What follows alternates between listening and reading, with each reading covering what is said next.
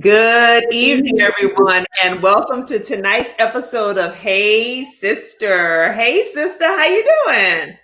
Hey, sister, doing well, recovering from my virtual Thanksgiving and virtual Bayou Classic. Oh, Yes, that's right. Oh, I feel so all the Jaguar Nation out there, all of our Southern Jags and our Grambling Tigers, we know that this year was definitely rough in the swag for you. yes. To borrow a phrase, but we know that you did your best to just revel in the Bayou Classic memories. So but I Thank do you. have to say your hair looks lovely tonight, sister. Well, thank you, sister. I just kind of let it do what it did because post Bayou Classic, you wake up on that Sunday morning and it's all bets off. So Yeah, I got you. that's what it is. Well, our guests tonight know a few things about attending a Bayou Classic or two back in the day, right? So we probably can bring them into that conversation in a minute. But if you're out there watching, let us know you're watching. Drop a note in the comments, say hi, let us know that you're here. We want you to share this episode. This is going to be a very, very informative, fun, and as Mr. Peters always said, we're just going to make it do what it do conversation tonight. So we are loving the energy that we've already shared with each other. So you like this, follow Hey Sister, follow us here on Facebook as well as on our YouTube channel so you never miss an episode. But also share this because this is a conversation that you're going to want to have saved and that you're going to want to come back and reference to. And so we got a couple people already watching. So hey, Nicole McHenry, how you doing tonight? And we have Arnetta with us. Hey, sister, how you doing? So they're already tuned in, watching tonight, and we are just so very excited. So y'all know the story, Love and Basketball.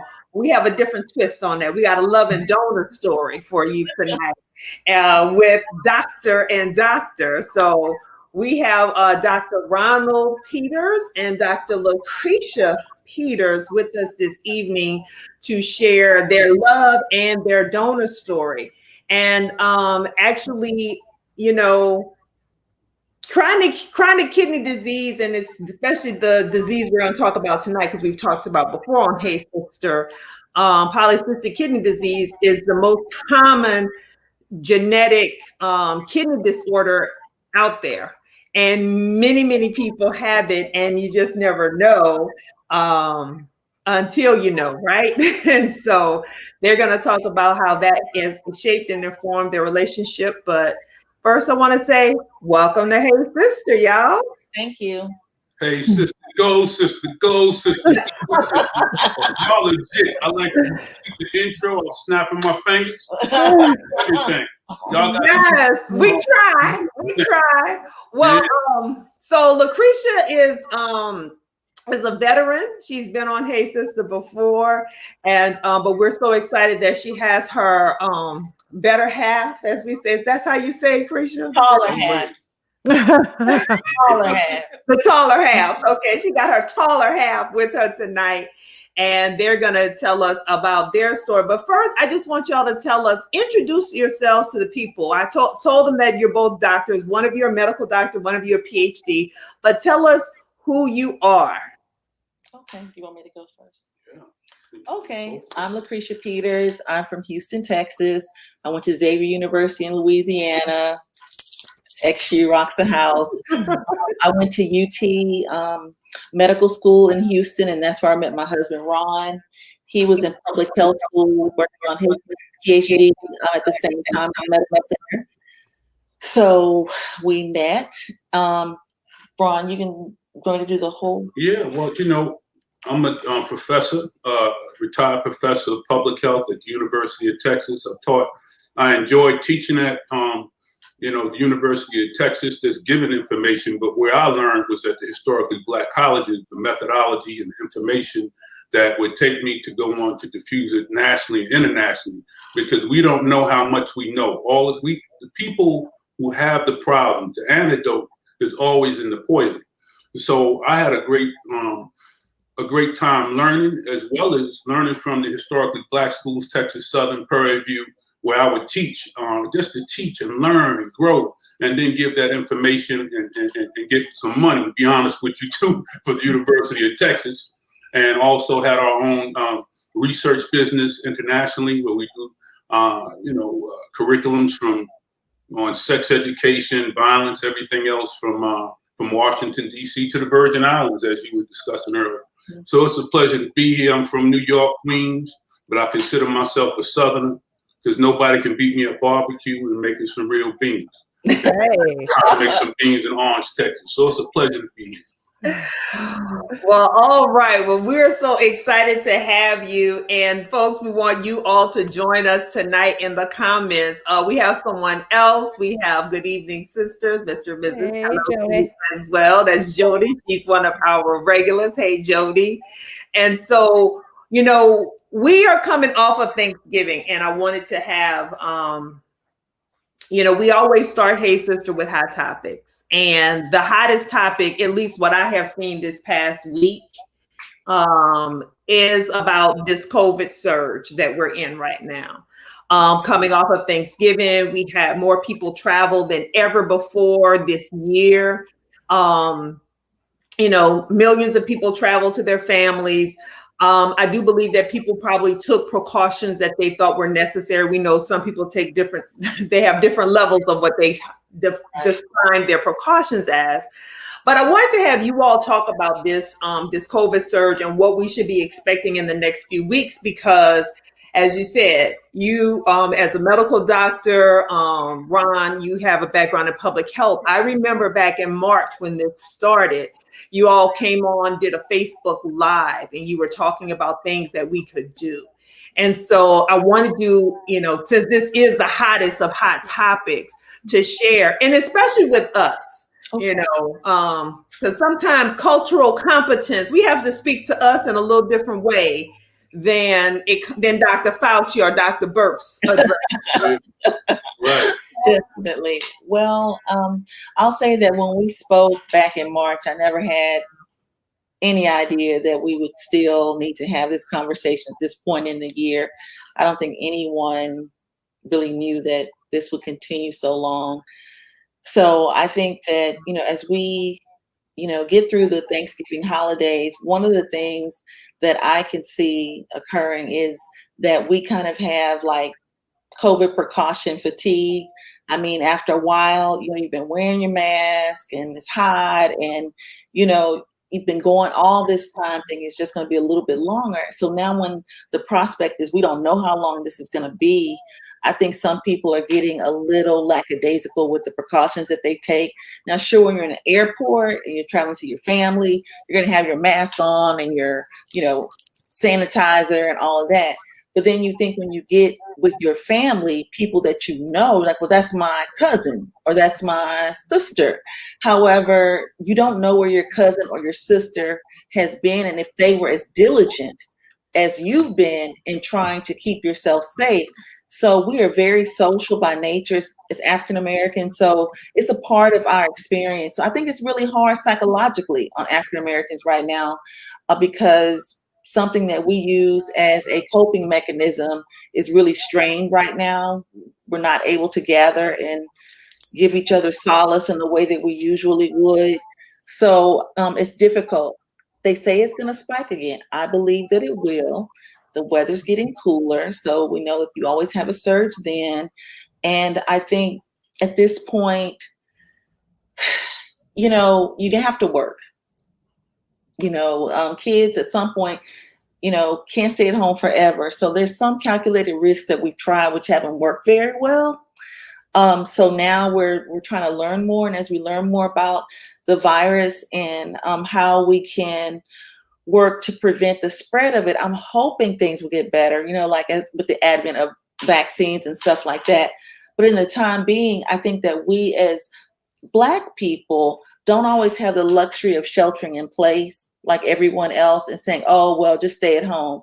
Well, we usually are in a service industry where you need to work. If you need to work so that you can take care of your family, so you don't have that option of I'm just going to stay at home. So it's really tough.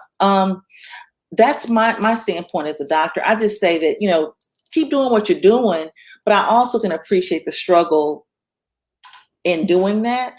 So I want to, make sure that I acknowledge that as well. Do you want to say something? Yeah, I just think that some of us think that we don't necessarily have to follow the rules because we're different or special. But when you look at the statistics of Black people, 40% of us having hypertension, look at diabetes, obesity, asthma. If I keep going, heart disease, it's going to add up to damn near 90% after 40. All right. And everybody on here knows that they're high risk for something. And if you don't, God is with you. And I wish the best for you. But you are at risk. And so when you have a predisposed condition and you're African American, and then you know that 80% of people have mild or asymptomatic conditions, and 33% of people don't even know when they give it away, giving it to somebody else. And so, these are the things we're dealing with. And when you have people congregating, coming back from school and so forth, and thinking they're special, we're going to have hell on our hands. And we don't know, even with these vaccines from Moderna that talk about 95% efficacy, the Oxford is about 90% efficacy, and I think the Johnson & Johnson's about 92. But the question is, how long does it last? Yeah. Is it just for a month? Because they just had a year to test. So is somebody going to be okay and they're going to turn in looking like Herman Monster or something the next year? We don't know. And these are the things that we have to deal with, as well as some of the adverse effects of our history with health that we can talk about later, because it's going to be a reverse, so to say, the Tuskegee experiment that's going to go on, where people are not going to want to take it. Instead of getting the medicine, we don't trust you for everything you've done over the years and years of victim blaming and so forth. And so that's going to be a major problem, where it's definitely going to be another year, and we don't even know anything about this vaccine yet at all. Yeah, absolutely. And so, my little knowledge of vaccines, because, having worked in the industry, at least in the pharma industry for the years that I worked in it, I know that, the technology behind the new vaccines, at least the one that Pfizer, Moderna has, the technology, the approach to it is different and unique. But again, that's in a study population. We know when drugs get out to the millions, millions and millions of people, how efficacy number change, how side effects, adverse events change, all of these things change. So we still have a lot to learn here. And I think that, the things that we can do, like wash your hands, is real simple. Like wearing a mask is real simple. Things to ask. And quite frankly, if people don't want to wear a mask, I'm not confident. I said this last week, I'm not confident they're going to get a vaccine anyway, because if you think wearing a mask hard, you think go and get 2 doses, because at least the Pfizer and Moderna are both 2 doses. Mm-hmm. But I don't know. Sister, what about you? I know that we've been debating about our family travels. We did Zooms giving, right? And so now we've been talking about Christmas. How are you feeling about this COVID surge as you watch the news? Well, actually, I really haven't been watching the news very much. And that's purposeful, because it is a bit exhausting to continue to hear this. Look, I myself had to travel, but of course I had to cut my vacation short, and it really wasn't a vacation. It was more of a necessary travel event. But I try to be extra vigilant again when I am traveling and doing certain things about wiping down my seats, wiping down my seat belt, my armrests, closing the vents. I have a whole routine there. But I get that people are tired, but I also, again, I guess I go back to the feeling of, but this could have just been so simple. In the words of Lauryn Hill, it could have been simple, but we'd rather make it hard. I don't know. I just feel like we right. When you look at Australia, like they said, they did some really strict measures and shut down. Now they back on the beach chilling. Right. Yeah, again, Wuhan, China, where it all started. I mean, it's the same thing. So I just kind of feel like, as a society, you know, I keep going back to, and I told you this earlier this week about, you know, Joe Biden using the soul of America sort of as his campaign stomp or his, you know, tagline or what have you. And that's what I just keep going back to. Like, what is it saying about who we are when we can't just shut down solidly for 3 weeks or a month? And when I say solidly, if the issue is, hey, if I have rent to pay, right, then yeah, your rent is forgiven, but then the landlord doesn't have the bill to pay either. Like, no one is charging anyone. We're just like completely shut down, and we're not focused on capitalism. We're focused on public health. But I feel like, sadly, in this country, as long as we're focused on capitalism and we are fueled in many ways by racism, then we never focus on the health and well-being of our people as a whole. You know, if I can come in for a second, if you don't mind, sister girls, you know. Come on in the room. Come on back. That's 100%. And I'll just go ahead and say something real quick. We are blamed a lot for this disease. Oh, Black people have it high. But why? What's the cause? And when you look at the, you know, transatlantic trade, you know, to survive, you had to retain water, salt. You know, you had to have salt. And the reality is those who could retain salt survive. That's why when we come over here, we have high blood pressure. 40% of people have high blood pressure that are Black Americans. But then we want to victim blame and say, oh, this is what they eat. This is, you know, this is their environment. They're doing this and that. What does that have to do with the cause? So you can go through all these different things, even kidney disease, which we will talk about later. It's a cause to it. Mental health is a cause. You know, and right after slavery, I think it was around, I don't want to say the exact date, but right at the end of slavery, a slave cost $30,000. Just like a car in today's money. So why would you like buy a slave when you can get one for free? So then you start mating people, and then this word, mother F word, comes over that white people say about us, because you have different, you know, plantations going together. And he's the father, and Maury show was off the chain, the father and the grandfather, you know, child.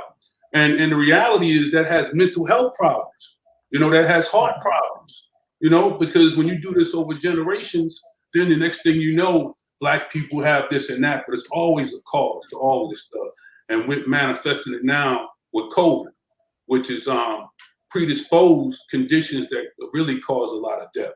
So I just wanted to say that. And also you talk, Chris, about economics. And, you know, it's an economic thing for the big boys, but on a micro level, one of the things we got to do with COVID real quick is check when all these 8 and 9 months of rent-free are going to be shut down. These moratoriums are going to be done on December 31st. And if CDC doesn't put another moratorium in there, and of course, whatever they do, it's going to be some major issues, whether it be the person who is the homeowners or the renters.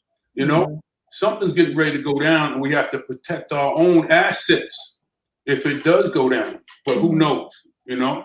But it's just something to think about. Ooh, so lots to think about, folks. Lots to think about. But we're going to transition into the bulk of what we're going to talk about. And so we've divided it up into segments. So y'all different stories. So we want to talk about your love story first. And so, you know, when I prepared the thing for the show, because I remember a conversation that the three of us had this without you, Christina, you know, and so I put the Proverbs in there. Man who findeth a wife findeth a good thing. Because I think, you know, Ron said he found a good thing, right? You're the best thing that ever happened to him. That's what he said to me. Yeah. So, you know, I was like, well, we need to talk about this love story. So you already alluded to it. You were in medical school. He was working on his doctorate and in public health, and you all met. So tell us about your love story. Who wants to go first? I'm going to go first because I know that mine will be short, and Ron will give you probably more details than I will. So I'll let him go second. We met during school. You know, when you're in graduate school or professional school, you don't have a lot of money for food, so you just go to meetings because there's free food. So I heard there was free food at a meeting in the School of Public Health. And so I went to it, and that's where I met Ron. I didn't have makeup on or anything like that. I was like bummed out or whatever. But he saw me at my worst. So he was okay with that. So that's how we met. And from there, you know, we tried to get like the African American students in the medical center together for different social events and stuff. So our paths crossed then. And he asked a friend about me, and she said, "Really, her?"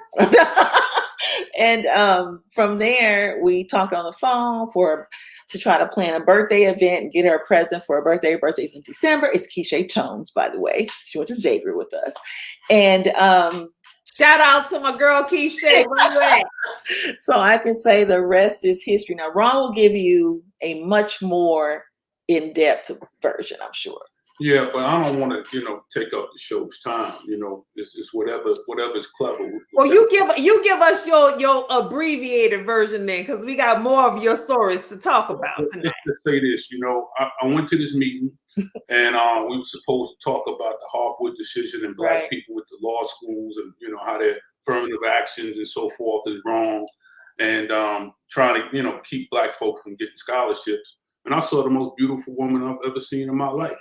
Brown skin, no makeup, and she was just beautiful and articulate. So I wrote about him. Making a long story short, I tried to give him a card, and she didn't take it, and I said, wow. So I started writing in my diary about her every night till I, had the chance to ask her friend, out of embarrassment. I was so nervous. I asked her to, if I could get her number. And then we talked and so forth. And then it got into the kidney thing where, we had got engaged. I mean, I'm so happy, but I didn't want to be selfish. And, going into this, I found out I had kidney disease. And they were like, well, we want to give you a referral to a nephro. I just walked out of there, and went to call her. And I said, listen, LeCresha, I found out I have this disease. And, I may be sick like my father by the time I'm 40. So, I don't want to waste your life and you have someone that's like sick, Mm-hmm. And she said, well, I said, so I'll give you some time to think about it, And she said, I don't need another second or anything. I'm with you no matter what. Just promise me you'll do whatever you can to stay alive as long as you can so we can be together as long as we can, And that's what happened. And for the first time in my life, when you're not being used, you're not useful. People will throw you away in the trash. Y'all know how it is, particularly when it's things of love. Let's be real how church and family really can be. My family wasn't going to give me a kidney. Let's be 100%. We praying for you. And so we praying for you. Yeah. How's he doing? And so it's all that kind of stuff. So, with that, with her faith and with her belief system, I have her kidney. I'm living with a female kidney in me, my wife's kidney now, for the last 7 years. And it's been a beautiful thing. I had the opportunity to raise my kids, and make sure they were whole in a broken world. So, even after I love, I started looking at the way people treat people, and how they can be indifferent. When somebody gets older and so forth, that, hey, I got my stuff to do, whether it be parents or, community leaders. And we created a program called Brothers Keeper. That's an international program now in Alpha Phi Alpha, that everyone who comes into this fraternity has to help a widow or disabled person, to get into the frat now. And so that was based on what she did with her energy, positive energy, that propelled me to kick some ass. Because at the end of the day, if you're gonna don't talk, show and prove. You gotta show and prove. If you're really about service and humanity, show and prove. And so that's where we at with it. Well, I will say that one of the things you just brought up, Ron, which is really true, is often we have two sons, they're 17 and 19, and they ask me now, like, so why dad? So why him? And I was like, well, he's really responsible and he always keeps his word and he does what he says he's going to do. And he's like, but no, really, like, why him? And I was like, well, because he's the same person no matter who he's talking to. It doesn't matter in what setting he's in. I was very impressed that he was authentic in multiple situations. He never, felt the pressure to change who he was to fit in or gain acceptance. And so just that kind of confidence was very attractive to me, that he was like, hey, this is who I am, take it or leave it. And I was like, okay, I'll take it. So She's lying. I'll tell you the truth. We had sex before marriage. And then she wanted to prove us. Oh, Lord. I tried. To wait. She didn't want to wait. So we committed sin, but we got married after. We had 2 baby boys. Yeah, baby children. All right. Well, I hope y'all want to join us in the comments after that one, because I'm sure that that caught me by surprise. What about you, sister? Oh, it caught me by surprise. Well, hey, we grown, but you still wasn't expecting it. I wasn't expecting that either. But can I just say this, since you brought it and you brought it into the conversation? Yeah. Okay. Because your sons are going to be watching this. They might be watching right now. Well, they know where children come from. Okay, but I will say that Ron being in, getting his doctorate in public health, me being in medical school, one thing I can say is when we decided to become sexually active, we were both tested prior to. We continued to use protection so that we would have safe sex. It was not reckless. Let me just say that there was no reckless intent. And actually, I was insulted because Ron was like, listen, we need to be tested. I was like, I'm fine. I mean, what are you talking about? What are you saying about me?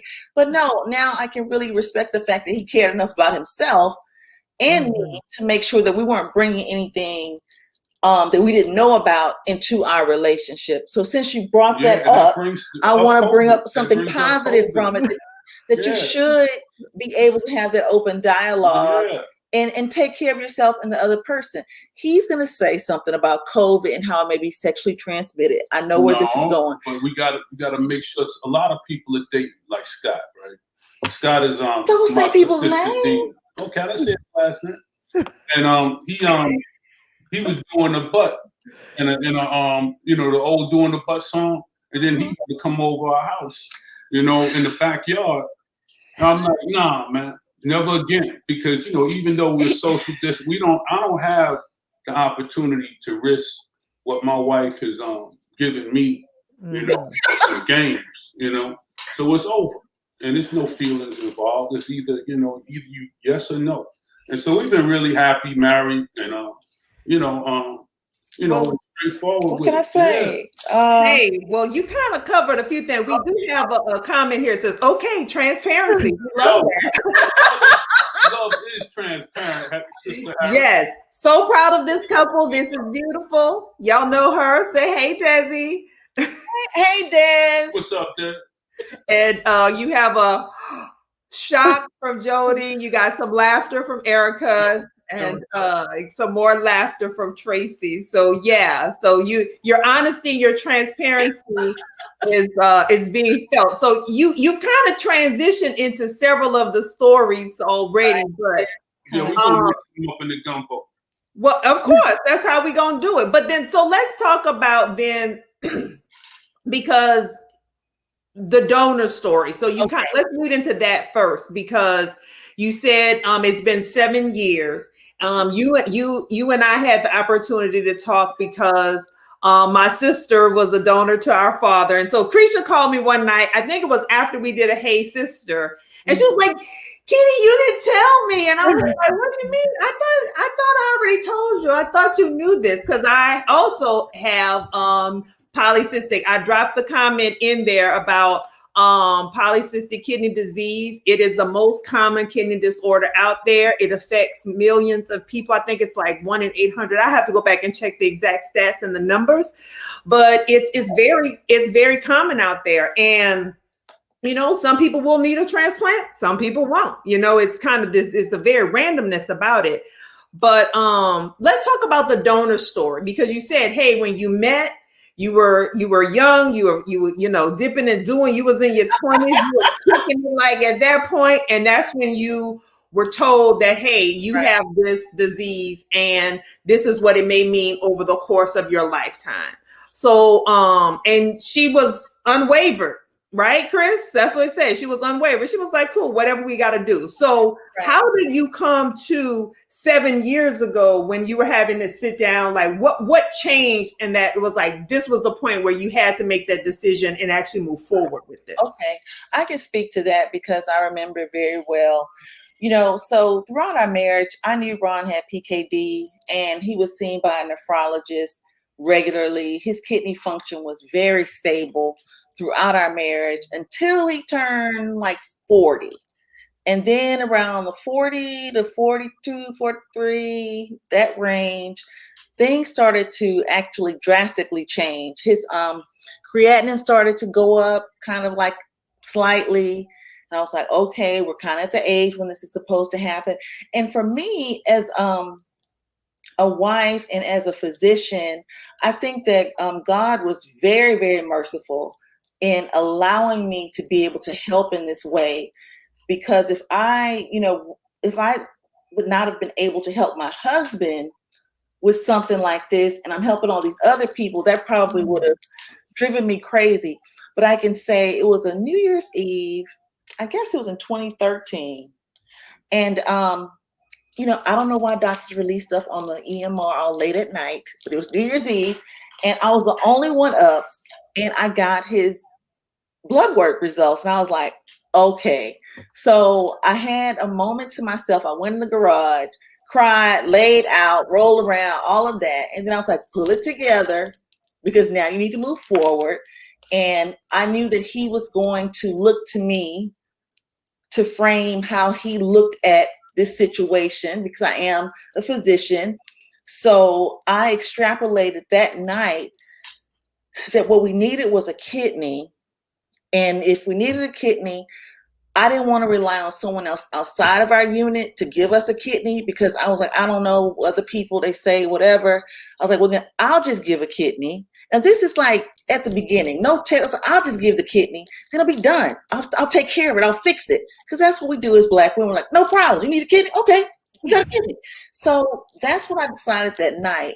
And so from then on, when I was telling Ron about, the process and all of that, he will tell you, he was like, oh, I thought that this was very commonplace for wives to give their husbands kidneys. And we were like, I'm just gonna give you a kidney, Ron, keep it moving, no problem. And so he found out later that it's much more rare than that. But I can say that with Ron, I don't know, did we go? Oh, I went for the first day with you for the evaluation, and they were like, well, do you have people that are willing? And we said, yeah. And I was like, well, I'm willing too. And they're like, we'll just test you today. You'll be the first person. And hey, I was the only person. It worked out. God had a plan. So Ron knows how to pick them. I'll just say that. And just to talk on PKD too, just for a minute, she says it's because she's a physician, but I didn't look at her. That's my wife. I didn't look at her just because of her medical education. I trusted her because she has a unique relationship with God. I've seen her and other people attest of them being saved by her. And she can touch, she's there in emergency rooms, and I've seen her touch people and tell them what they have when nobody else knows. She tries to put it down, but it's her faith and her belief in God and her connection with God that really made me say, believe. And when you have someone that's a child of God, you don't play with them, and she's a child of God. And whatever she believes, I have to believe that too. Over the research, over the numbers, you're just gonna give me a kidney when it's what, thousands? I was like, I'm gonna do it. Particularly with Black people, with all the predisposed health conditions we have, you may not be eligible. And you may, it's risk, it's 1 out of thousands, just to have the opportunity for it. But I didn't know. I just believed because I believe in her. Well, and she's a child of God.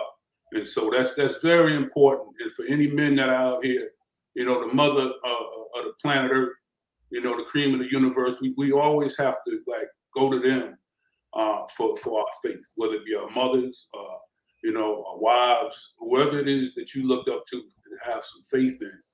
Don't mess that up, man, because that's your whole life right there, regardless of if you're in good health or not in good health. So that's really another part of it too. Wow. Well, we got a comment here. It said, tell the truth or shame the devil. Another comment here says, Mr. Ronald is giving us the rundown tonight. Yes, he is. And so I know that down like 6 o'clock. And then there's that. Yeah. We are, I dropped another link in there about polycystic kidney disease. If you want to learn more about it, I know that sister, you too are a donor. We've talked about it before. Yes. We were on with our father and talked about it. So I know you have questions in here. Tossing to you to ask a question. Well, I'm going to be a little long-winded. So first, I wanted to make the comment that PKD is a genetic disease. So very often when it comes to the Black community, as Ron alluded to, we have a lot of conditions and we're predisposed for a lot of conditions. But very often when you hear kidney disease, people automatically think it's something that you must have done or did not do. Like you're not taking good care of yourself. You're not eating the right foods and things of that nature. And it absolutely has nothing to do with that. So I just wanted to make that clear because I know that was one of the things that irritated me when I would tell people that I gave my father a kidney.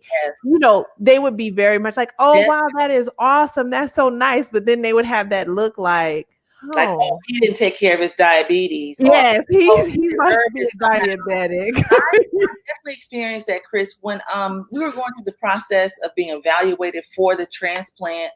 It really opened my eyes to being on the other side of the desk, so to speak, when you check in and the way people interact and the way they treat you because of the condition they think you have. So because we were there for transplant evaluation and we were African American, their assumption was we had no education. Maybe we had Medicare or Medicaid or something like that. So their interaction with us was not what it was with other people. And I could witness that sitting in the lobby. So I felt that I needed to give them a teachable moment because you cannot judge a book by its cover and everybody deserves to be treated the same. So they were very condescending, even, when we were getting care.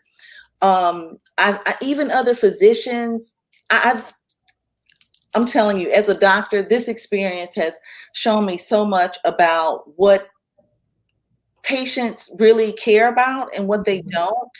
And the fact that I was a physician, I'm like, did y'all read I'm a doctor too, so please don't treat us crazy. Right. That did not matter. I don't think they could get past the fact that, like you said, Chris, when people need kidney transplants, those are people with diabetes and high blood pressure who didn't go to the doctor and they didn't take care of their health. So now they want a kidney. But in this case, it is hereditary. Ron's father died of the same condition in his 40s. So that's why he was kind of like, yeah, I know something may happen. So it wasn't that much of a shock. We knew that family history was there. But it was also very disappointing, honestly, to see how we were treated based on the fact that he needed a transplant, the assumptions that were made about us because of it. Absolutely. And when I did my, when I donated to my father and about a year later, I had a colleague at the time who donated to his father, but he's Asian American and his father actually did have all of those things. Like because they had to postpone the transplant surgery at first because he had a heart condition. I think he had a heart attack previously. So he wasn't able to have the kidney surgery right away.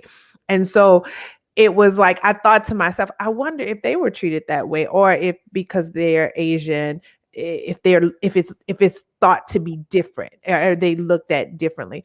But I guess one of the questions that I wanted to ask you was sort of what was one of the most shocking things for you, aside from that part? I mean, that's pretty shocking. But what was one of the most shocking things that you recognize from in this process as both a donor as well as a recipient? And I'll say for me, one of the things that shocked me, to your point of when you have that initial, so it was very similar. Like, I knew as a kid, I don't know, somewhere in my mind, I made up in my mind that I did not have the disease, and that if ever I needed to give my dad a kidney, I would do it. I remember that, for me, the saddest thing was when I told my sisters, like, I'm giving dad this kidney, so that means I'm not going to be able to give one to you. That was one of the saddest things for me. But it was happy because I was able to give it to my dad. But I just remember going through the process, and like you said, they're constantly asking you, like, day one, like, so do you have insurance? So how do you plan to pay for this? So what about this? What about this? And then they kept asking me, like, are you being Coerced? Yeah, like, are you under duress? Is somebody making Yes. you do this kind of thing? And I kept hearing that, and I just had a point where I said to one of the many doctors, because you got to talk to a psychiatrist, you got to talk to all the doctors, Don't make jokes with the psychiatrist. That does not help. I made some jokes, but you were not hearing it. She's like, this is not funny. And so I was wondering, like, I just said to one of them, I can't remember which doctor, but I was like, so what do people do if they can't afford this? Since that was seemingly the question they kept asking about money and how are you going to pay for it?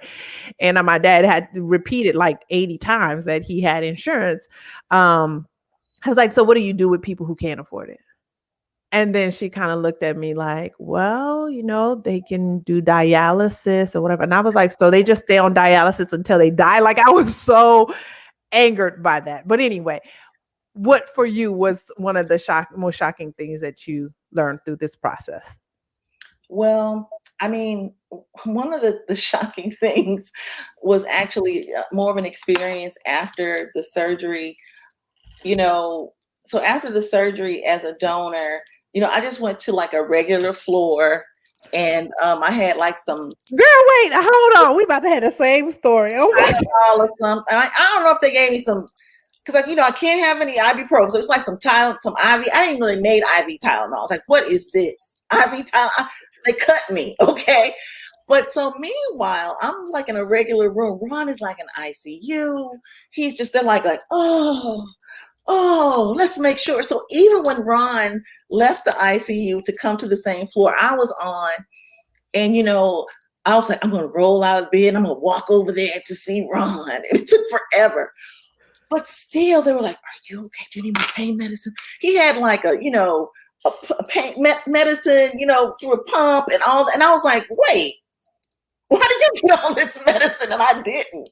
So that was kind of shocking to me that after they got my kidney, they were like, all right, you good? All right, we're going to ship you out in a few days. But with Ron, they were like, okay, let's hold him and rock him.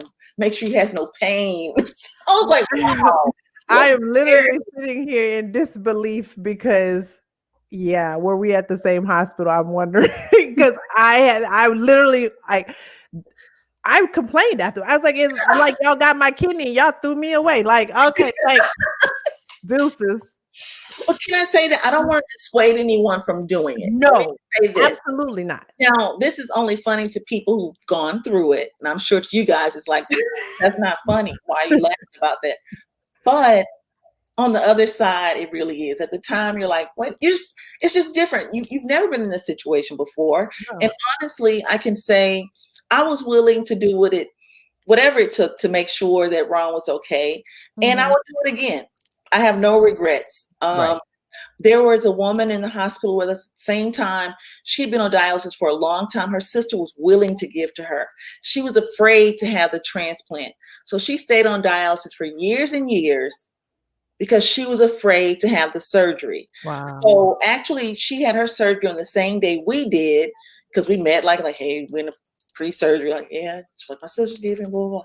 So it was kind of neat to like know another family and go through the process with them. So I got to see her, you know, afterwards. Her surgery was successful, and she's like, I feel so much better. She was so used to just being on dialysis. That was all she knew. She didn't know she could feel better. She didn't believe that she could feel better. And so often I think that in our people, there's a lot of fear of healthcare. So they may have someone who would be willing to donate, a living donor, or they could get on a list, but they just are afraid of messing with the status quo. If I'm living this way and I can go on indefinitely, why not? But the problem is, once you start dialysis, your chances after starting dialysis of your transplant being successful long term changes. So you want to do a preemptive transplant when it's possible, because that's the best chance of the kidney to survive and to function for as long as possible. And in our community, we don't get to do that. They put you on dialysis immediately, Right. and then maybe down the road. So that's a little disparity there as well. And that's absolutely why I did it when I did, because I did not want my father to go on dialysis. Yeah, we did the same. Yeah. Well, I dropped a couple of links in there also for you all to look at in the comments about being living donors, because being a living donor is a possibility. Even being an anonymous living donor is a possibility. So if you ever had that in your mind or in your heart about what the process is like, I think both Christina and LeCresha are examples that you can go on and be very healthy. It's been 7 years. Christina, it's been 10. So, it's possible. So we have a question here. It says, is PKD considered pre-existing condition? How would treatment be different if we didn't have ACA? Well, I know for sure with my dad, we did it in 2010, so President Obama had been in office, and yes, it was a pre-existing condition. And had that not been the case, had President Obama not been in office, it would have made quite a bit of a difference. Employer-based insurance, so it was very helpful. Yes, at that time. But what would that mean for someone who doesn't have employer-based insurance, and what would that mean for someone who loses their job, right?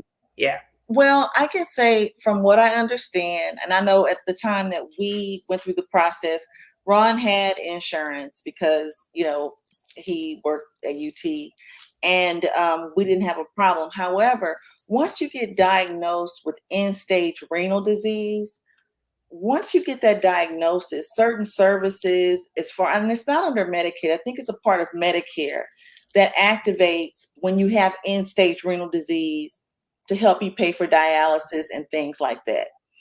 Now, it may vary by state to state. I can't say how it works all the time, but I can say in our case, when he got the diagnosis, he was eligible to get other services like through Medicare.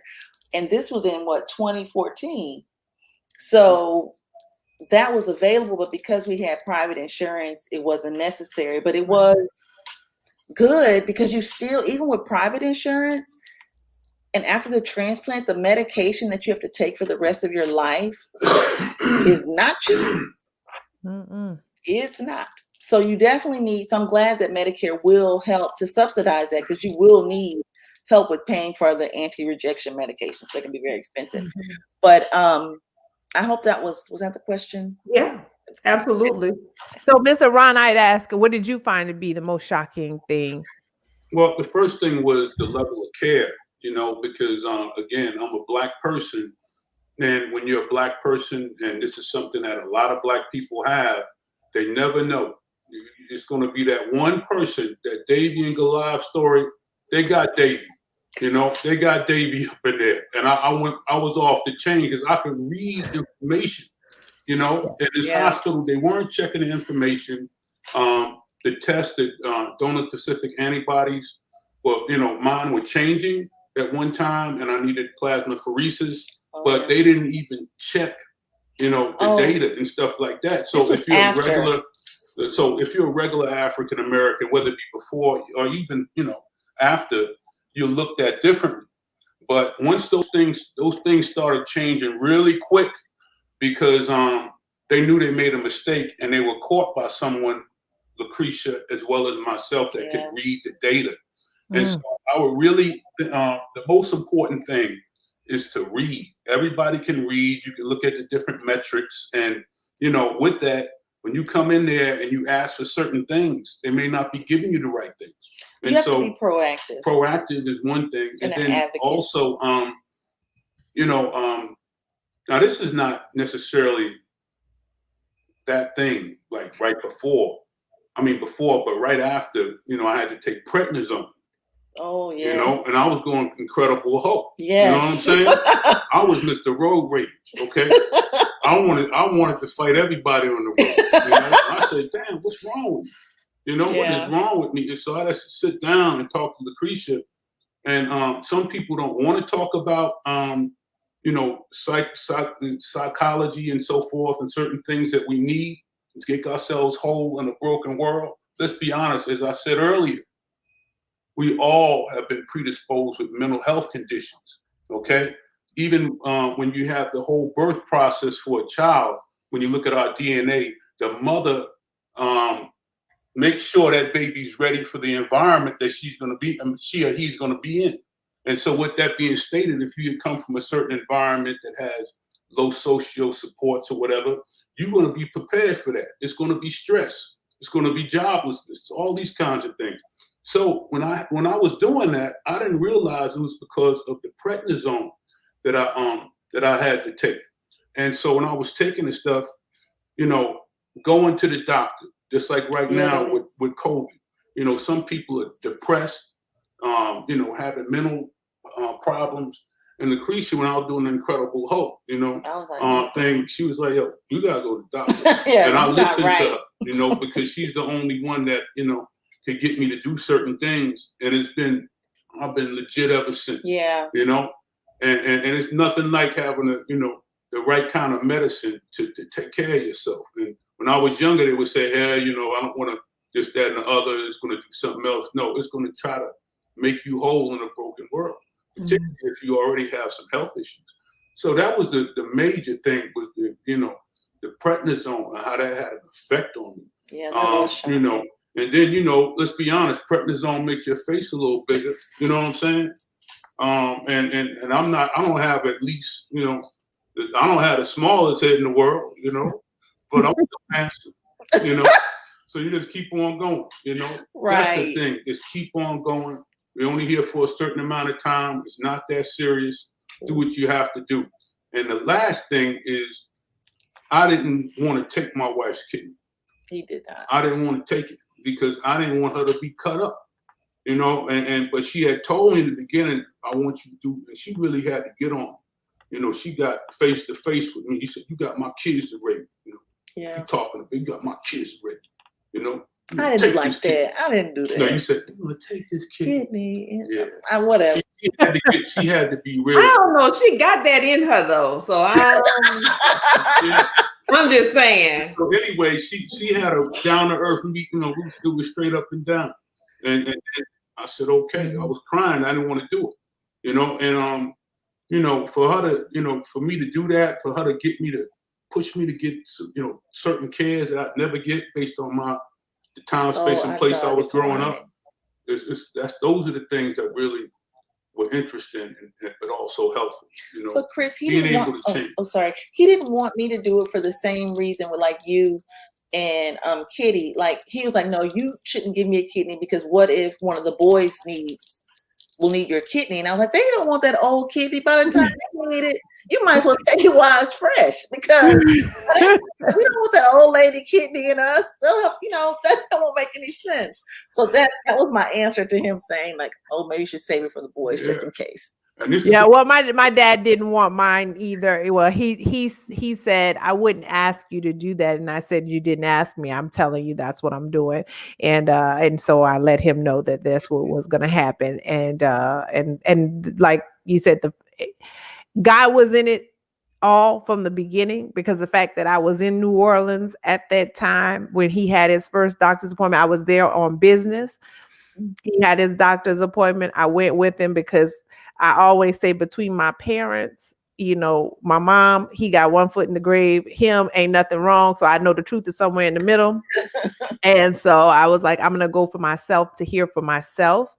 And that first day I was like, well, let's go and get me tested. Let's go ahead and do this, you know. But he too didn't want me to do it because I don't know why. I don't know exactly why. I figured my sister would be okay since she does have a husband and 2 children. I figured one of them will step up to the plate if necessary. So Yes. Yeah. Well, you've been talking a lot about, you know, we've been talking about marriage. I wanted to talk a little bit about your marriage and parenting story, but, you know, you've been married now for 21 years, like we said, from the 99 to the 2000. Yeah. So you have 2 sons. You've mentioned your sons, a 19 and 17-year-old. One who is in college now at Xavier University of Louisiana. So we got to say that. One who is applying to college now as well. And so you're about to be empty nesters. So yeah, tell us a little bit about your marriage and parenting story, and then what's next when the nest is empty. Wow, these are some really cutting deep. This is a real interview. I mean, both of y'all are super big. You know, I mean, we'll touch a little bit on all the magnificence y'all doing in all these in the world. Y'all world changes here. But tell us a little bit about your marriage and parenting stories and what's next. Is the birds about to fly the coop? Well, I can say that our parenting story has been actually a good story to illustrate collaboration. We both have very different strengths. And I think that our kids have benefited from the 2 extremes that we are, that they're somewhere in the middle. Our dog keeps whining because he wants to get out. Just let him go. He wants in? Okay. So in or out. So I can say my kids will say that you and dad are like opposites in that dad is like a bulldozer. He will like just run straight through the rainforest, knock all the trees down, but he gets to the other side. But there will be collateral damage. There will be some trees knocked down. They're like, but you, Mom. So he's destructive that way, but you're different. You're like a virus. Like by the time you realize something's wrong, it's too late. It's too late. I was like, he said, but it's still destructive. It's still the same thing. So that was what my kids gave me as an analogy between, I guess, our 2 personalities and how we deal with you getting things done as far as, you know, with them. Like, I guess I'm a little more sophisticated, if you will. Lethal, like silently lethal is what you're saying? Yes. And then Ron is much more like, you know, boom. It's going down, right? transparent and in your face. Got it. And I can say raising boys, I can speak to that. Being a mother of sons is a very different experience than being a mother of daughters. I have friends who have daughters, and I wanted a girl, but having the boys, being a mother of men it's a test for a mother in that our instinct is to protect them and make sure that no one hurts them, that they have no disappointment. And in doing so, it's really easy to enable them and not give them the opportunity to learn resilience, because my instinct is to protect them from everything. Even their dad. I mean, like, he's like, oh, mommy lawyer. He calls me mommy lawyer. Or you're going to call mommy lawyer to come in here and try to get you out of it. Because, I mean, I just want to make sure they're okay. But I can say, as young men, I can hear them talking about me to him. And that's when I stopped throwing myself under the bus for them. I was like, if you can be like, you know, Mom, you know how she is, you know how she is. I was like, oh, okay. Let them know, Cretia. This is a segment for my children right here, because I'm about tired of them. So that was really different. They play both sides. I will say that. They play both parents. They know from the time they're small what to do with who's going to give them what. Ron would give them all the video games I would never want them to have. So they always went to him for that. You know, so they played us But now Ron is in charge now. They're old. When they were little, I was kind of the primary parent. Now that they're young men, I'm more secondary, and Ron is the primary instructive parent. I'll say that. Mm-hmm. It's always been a balance. I think for parenting, you have to, when they're younger, for the younger parents that are here, giving the wife a break. So every Saturday, my wife liked getting her hair done. And so we go to the park, and just have some fun. And that's how it started out. And then, I forgot the name of that show that the president used to watch. The Miss Madame or whatever used to like your thing with the president, whatever. Scandal, yeah. When Scandal time came on, that was mommy's time. and so, you just make sure that there's that balance. But for me as a parent, there's only been 4 things. And it's not on the internet. These are my 4 things that whatever they get in trouble over, it comes back to 4 things. And I always tell them, if you do these 4 things, you will be ahead of 95% of people on the planet. Number 1, you do for self. You never take, you never borrow. If you don't have it, you don't have it, but you do for self. If you need to take an Uber to get out, never rely on anybody. Do for self. Family first. Never take nobody over your family, and I'm not talking about your uncles, your aunts, and these, because sometimes they can be off the chain, if you don't come to the Barbie. I'm talking about your mother and your brother, and your grandmothers and so forth. Family first, do for self, finish what you start, and look over, finish what you start. Whatever you start, you finish, and then double check. If you have a paper, look at it again. Double check the date, the doors at night. There's so many mistakes that you can avoid by just double checking everything, And so with those 4 things, most of the things that they always happen to them, it comes back to those 4 things. And then I'll say, which one is that? And it's always, which one do you do? There's a cause and effect relationship to the things. And I can't be in the dark, So, there've been some good guys, They're different in different ways.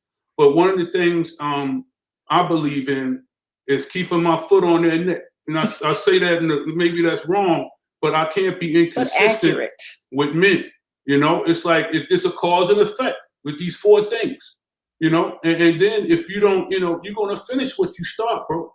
I couldn't do it today. You're going to finish it. And that's the bottom line. He's just a kid. Yeah. Why are you talking to him like? And so with those things, those principles are very important. And then I have another thing called AIM. Again, this is not on the internet. I didn't take this from everybody. That's all right. I'm typing it in the comments. Things that are happening, any situation, like you said, we were talking earlier about how you have to look at things. As a Black male, we in danger speak. You got people killing each other, particularly with this COVID, this rapper stuff. You don't have guns like when we little. You got automatic rifles, that these kids, 17, 18, 19 are using on the streets in gangs and everything else. So in any situation, I believe in A-R-E, assess, relate, and then execute. You assess a situation. It could be something like in front of our house, we had a road rage thing. And then you relate to both of them and you execute. And so then you get people from, you can stop some things from happening, change the situation by being able to assess, then relate to them. Come on now somebody got to be the bigger person, and drive away and stuff like this. Little things that you can put to say bigger person, when you're relating to them, well, now I'm going to win if I leave instead of, taking out a gun or something. And then you execute these plans, you operationalize. So those are the kind of things that I try to give them with universal law. When we talked about propriety, harmony, justice, all of these mentalism, polarity, all of these things are very important for men to survive at this point, and to realize everything is mental. Whatever is like precious to you is just in your mind. Your thoughts, have power, and you have to be very careful with your thoughts, And so the gold chain things and all of that, my sons never really wanted that because they always felt that they were the gold, inside. They were the priceless piece, you know, and those kinds of things are important because, you know, like my man said, a child is born with no state of mind, blind to what makes of mankind. God smile on you, but he's frowning too. You know, we've been through so much as black men and women. If they can open up our book and see it, people will be surprised at things all of us have been through that have been asinine. And here we are just talking and smiling like nothing happened when it was just a ridiculous nightmare. And, you know, and so with that, you know, as an empty nester, the thing, I never wanted anything from them. You know, like some family members think you're supposed to do this, you're supposed to do that. We don't want nothing from them.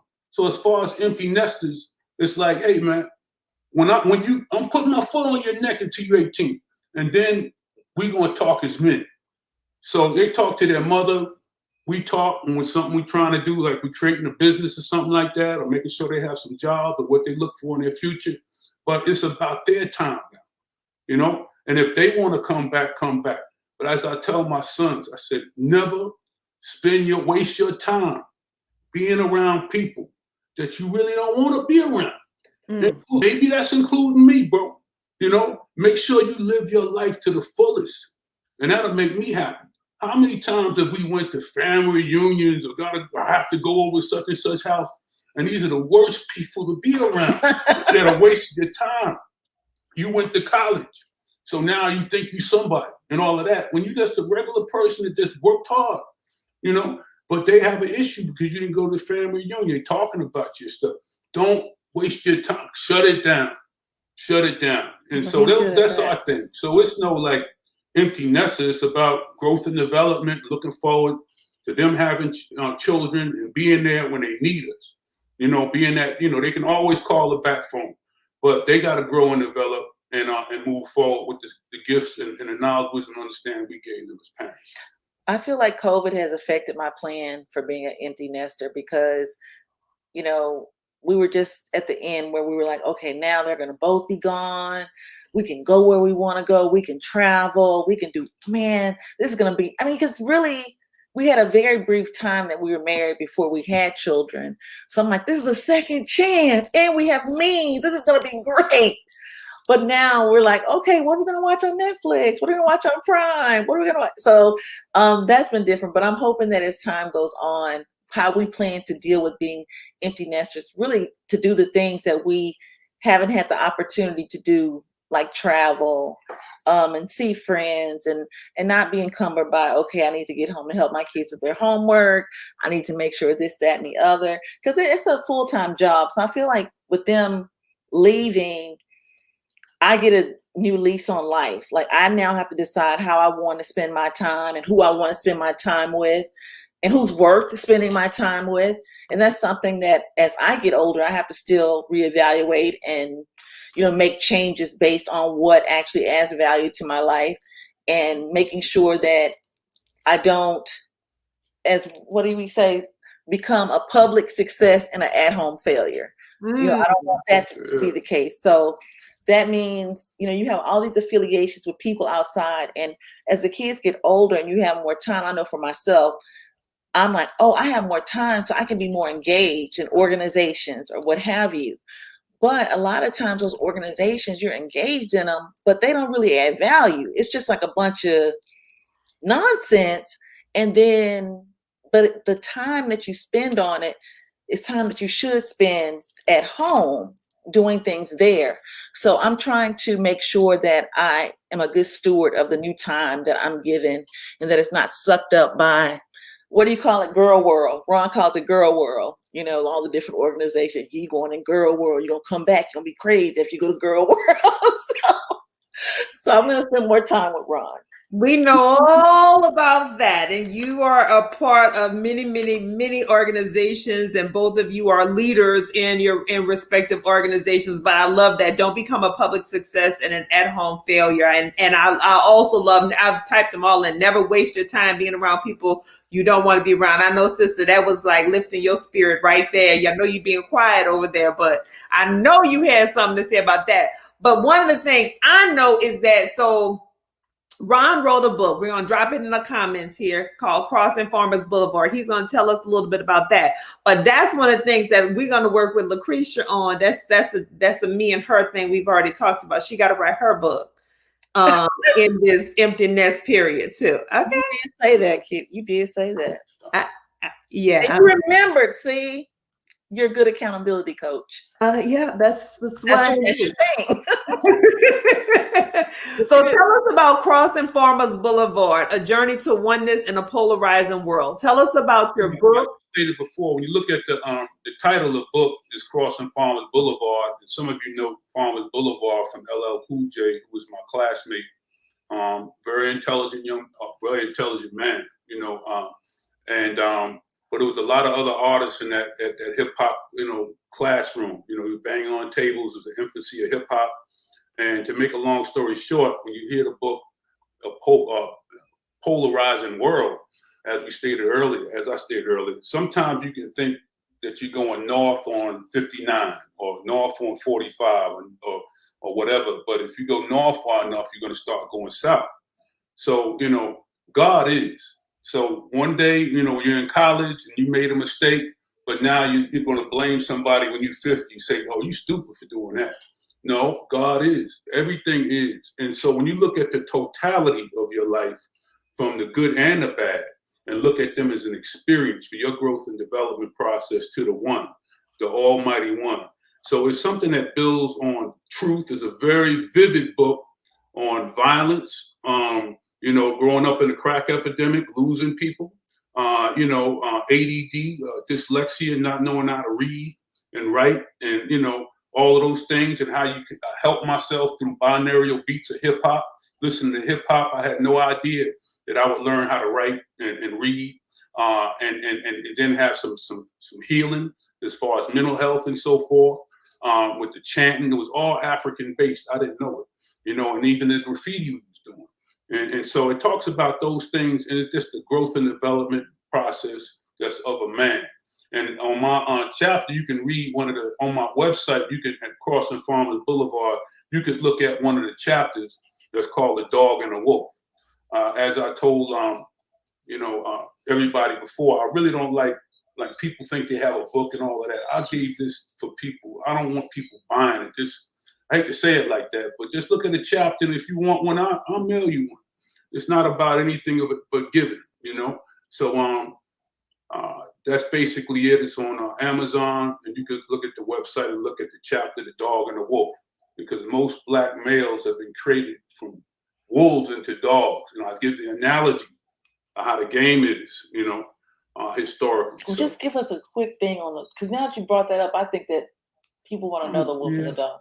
I don't know if they want to get into that, because that's, be honest, I don't want to take up all their time, you know. Well, listen, so this is what I say. If you want to say it, go ahead and say it. I mean, because here's the thing, you know, if you ready, because I don't want to talk too much around my wife's friends. She's like, you talk too much. Well, I have enjoyed it. I'm driving you there. Something we was gonna start saying something off. Okay, so Ron has this analogy that he teaches the boys, the difference between like a dog, like our very spoiled dog who clearly jumps in and out of our bed, how wolves were domesticated into dogs, and the different characteristics that were bred into dogs versus wolves. Like wolves are about the pack. It's communal. It's about the group. And I think as African Americans, we are very communal about the group. But I think that what's more Eurocentric is being very isolated and very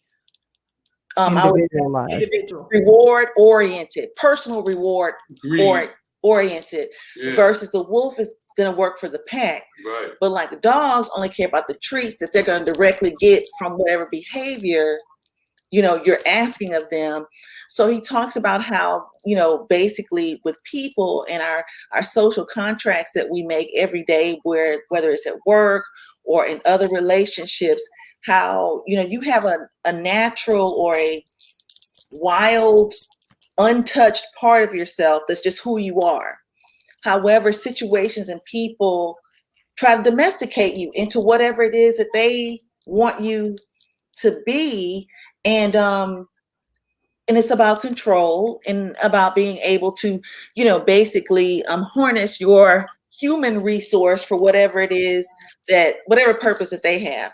So that's my take on it. But Ron, I don't know why he doesn't want to talk about it. I mean, you're so good at it. Yeah, but thank you.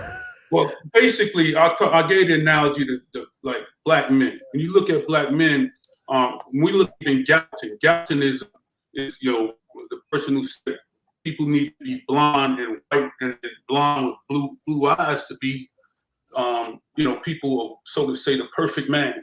And then his cousin was Darwinism, that created artificial selection, where the weakest will die. And we have to be really careful with that, So again, what did they do with wolves? You let the most recessive ones, come and they eat bones, the most recessive ones. They eat bones and you keep them, all right? And then they eat your scraps. But then they're going to talk. They're going to tell you when their cousins with your wolves are hunting. They're going to be tellers.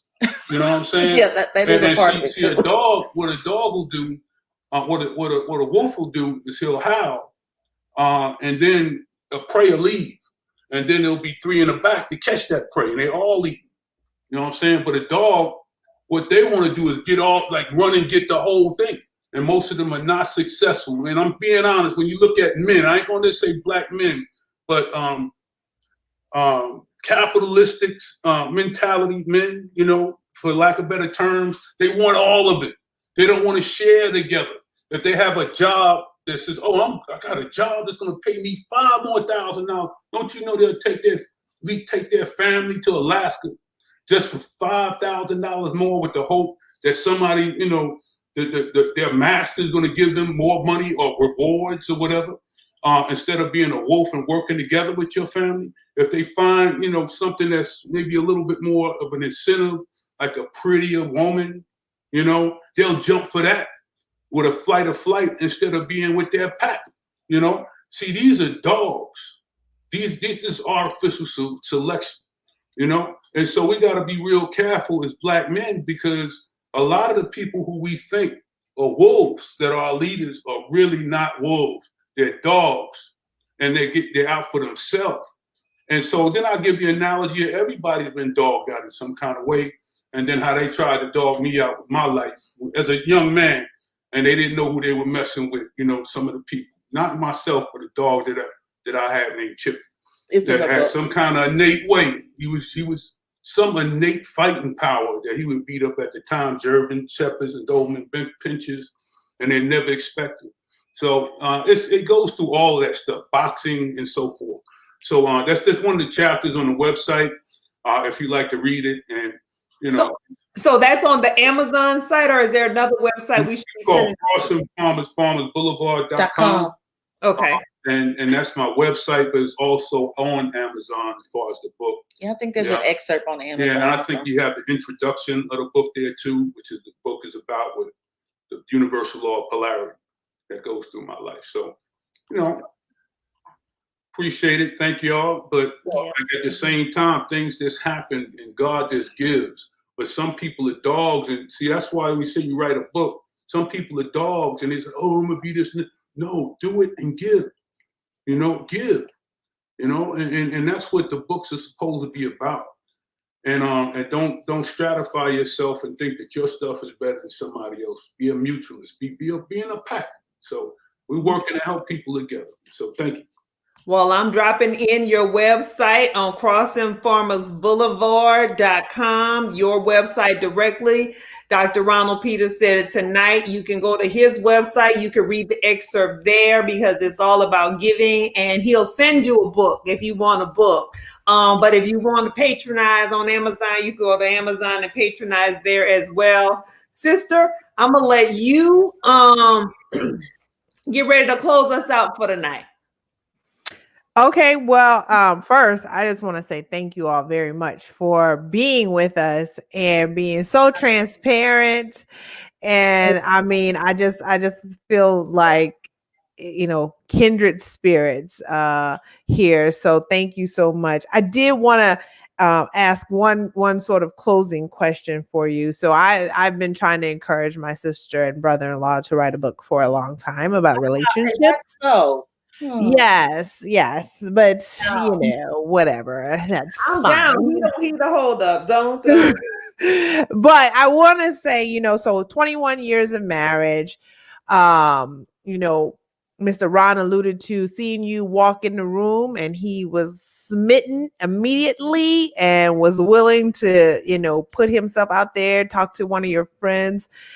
And I don't know. A lot of times I don't feel like I see the same sort of things happening amongst young men these days when it comes to courting and chivalry and things like that. So as a married 21 years in the game, what's one piece of advice you have for people who are looking to lock things down? Well, I mean, what I can say is you just need to know who's for real and who's not. And Ron, I could always tell by Ron's actions what his intentions were. I never had to wonder how he felt about me. And for a long time, when you're a young woman in relationships, you could be in relationships where you don't know where you stand. He kind of likes you, you think maybe, but it leaves you with a sense of insecurity or uncertainty. And I can say that from the very start, Ron was very intentional, and he was very action oriented. There was not a lot of talk. And I was kind of like, well, how do you know? I mean, how do you know that I'm the one? I mean, how can you say you're the one? I was like, well, how do you know that? And he's like, I just know. So I think that a lot of times with guys or with women, you kind of know in your heart when something has like potential and when it doesn't, but you talk yourself into or out of a lot of situations. So just follow your gut. That would be my thing. But Ron, what would you say? Because I'll just say, with us as black men, we come in with a lot of luggage, Yeah. And it's no perfect guy, and the guy's going to be a dreamboat. It's a work in progress because we've been around broken families with isms. And, my wife and I have been reading the ISIS papers again. And I just realized these isms thing that affect us as black people. And why are white people mad at us? And it's because when we look at Tarzan, when we look at the Lion King, it was the recessive person that's always thrown away. The white person or the person who's albino is thrown away because something's wrong with them. That's recessive. And then they go to the caves, and then they have to cross the burning sands. Most Greeks have it wrong. So does black Greeks. They have to come back to Africa, and they're mad, and they want the mystery systems. And so with that, we're the ones that do it the most, and it hurts us. Like, oh, she's too fat. He's too fat. His head too big. He wears glasses. His nails are too long. Oh, look at his feet. He's too light. He's too dark. And all of these things that, we do to each other, we have to be very careful of the effects that have on like dominant wolves, because people are telling a wolf that he's a dog. And sometimes you don't even know the difference. So when you have relationships that are rough, with what you saw, mothers, doing different things, having dates and stuff. Come on, let's be real with it. Fathers going out. Let's be real with it. It hurts, and then your trust level goes down, and I've only trusted LeCresha, and so the issues of me, learning to trust and being patient with somebody and not throwing it like, as she says, and her mother says, throwing it in their face. She when they tell you something that's sincere and honest, and they work with you with it, and just being honest. So as you can see, we are transparent. I tried to, talk like a, what do you call that guy who used to do the popcorn, the white guy? I tried to be red and buck. I can't. Yeah, I can't do that. And so, there you have it. That's it. So thank you. I'd like to thank you, ladies, before you get off. I think you're doing a lot of good for a lot of people. Yes. We had fun tonight, but this is serious. This is something that you had a great mix of academic and emotional intelligence. Empathy, compassion, and love. And that's not really. It's not too many people that are doing that on social media. That's why I'm not on it. you know? And so I was really glad to be introduced to this great balance. And I know you're going to help a lot of people. We're excited about you and proud of you. That the two sisters working together with all the stuff that you got to go through, and sisters not talking to each other, ism, this and that. For y'all to be working together to help some people, you know, it's really admirable. And we thank you for allowing us to be on your show. Yeah. Thank you. Thank you very much. That was very nice of you. Thank you. We have a final comment here that said, thank you all for sharing your stories as donors, as a transplant recipient. I think it is going to help a lot of people. I think that the more times we can have this conversation and we can show, like what my sister posted. I mean, this is what Black love looks like. This is what, living donor looks like. This is how we shape the narrative of who our families really are.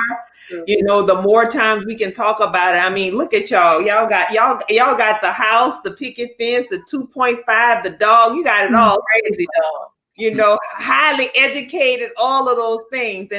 And you can put it down where the people can get it. And that's what is so important, right? So, and sister, just want to reiterate, you hit on it. LeCresha hit on it. Want to reiterate it again. Yes, we make some jokes about our donor experiences, but please, please, please, look, I know a lot of us, I say this often, we want to meet Jesus with all of our parts intact, but I promise you, he is going to recognize his children, whether you have your kidney or not. Okay. So by no means should you feel like this is a process that you should be afraid of. We are very much all about organ donation. So organs, marrow, yes, blood. I mean, yes, stem cells, anything. Yeah, being a living donor is being a living donor is, we know what the other side of being a donor when someone is deceased and they make that decision to be a donor. But being a living donor where you're consciously making that choice is a very, very powerful place to be. And you can see the reward. So normal life. I just want to stress that, I'm not in any way deprived of doing anything as far as exercising. My mother was like, well, are they going to let you give a kidney because you drink? And I was like, well, they don't need a liver. Thank goodness. So it's okay. So yeah, you have your normal quality of life afterwards. I want people to know that. Absolutely. Yeah, absolutely. By the way, I like to say this too, lastly. I know y'all going to have a spectrum of Black topics, in the future. And when you do music, I'd like to do me some Larry Graham, 1 in a Million. I'm going to sing for y'all. Right? No, okay. So I can break that down. Curtain. All right. Thank you, everybody, for tuning in. I'm going to ask you all to hold the line for a minute, but wave bye to everybody and say good night. See you next week. Thank you.